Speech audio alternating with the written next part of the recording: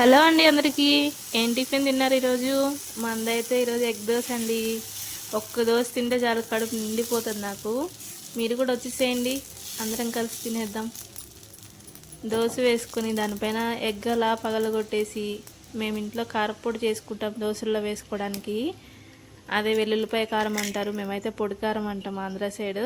So ఆ పొడి కారం పైన చల్లుకొని తింటే సూపర్ ఉంటుందండి.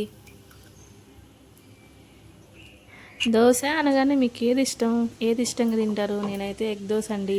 చాలా వరకు ఆనియన్ దోశ, మసాలా దోశ ఇలా తింటారు కదా, ఉప్మా పెసరట్టు అట్లా. కానీ నాకు అన్నిట్లోకెల్లా ఎగ్ దోశ ఉంటే చాలా ఇష్టంగా తింటాను నేనైతే. ఈ మధ్య కొంచెం డిఫరెంట్గా ట్రై చేస్తున్నానులేండి. అదే జొన్న దోశ, అట్లనే రాగి దోశ అని చెప్పేసి అవి వచ్చిన తర్వాత ఈ ఎగ్ దోశను కూడా పక్కన పెట్టేస్తున్నా. సో అంత బాగుంటున్నాయి. కావాలంటే రెసిపీ మన ఛానల్లో ఉంది, ఒకసారి చూసి మీరు కూడా ట్రై చేయండి. రాగి దోశ, జొన్న దోశ మనకి హెల్త్కి కూడా చాలా మంచిది.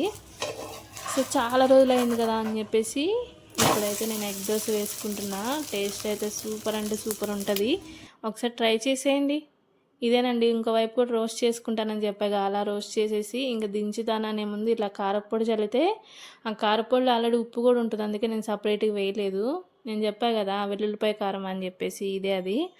చాలా టేస్టీగా ఉంటుంది. కరివేపాకు కారపొడైనా వేసుకోవచ్చు. ఇంకా వేడిగా సర్వ్ చేసుకోవడమే.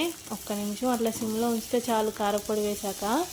ఇంకా నెల్లూరు వాళ్ళు అయితే డిఫరెంట్గా వేస్తారు కదా, అదేదో రెడ్ కలర్ది చట్నీ చేసి, కానీ దానికన్నా కూడా నాకు ఇదే నచ్చుతుంది.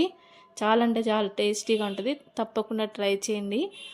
మీకు కావాలంటే కారపొడి ఎలా చేయాలో నాకు కమెంట్ చేయండి, కారపొడి కూడా చేసి చూపిస్తా. ఆల్రెడీ కరివేపాకు కారపొడి మన ఛానల్లో ఉంది.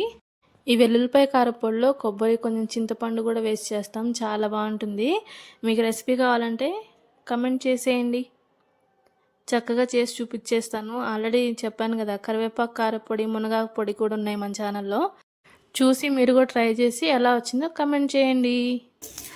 సో నా దోశలు వేసుకోవడం అయితే అయిపోయింది, నేనైతే ఎంజాయ్ చేస్తున్నా. మీరు కూడా వచ్చి చేయండి, కలిసి తినేద్దాం.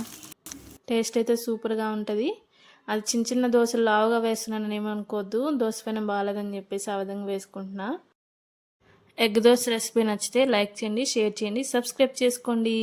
మీ ఫ్యామిలీ ఫ్రెండ్స్కి కూడా షేర్ చేయండి. థ్యాంక్ యూ ఫర్ వాచింగ్ అండి. మరిన్ని మంచి మంచి వంట వీడియోస్తే మీ ముందుకు వస్తూ ఉంటా.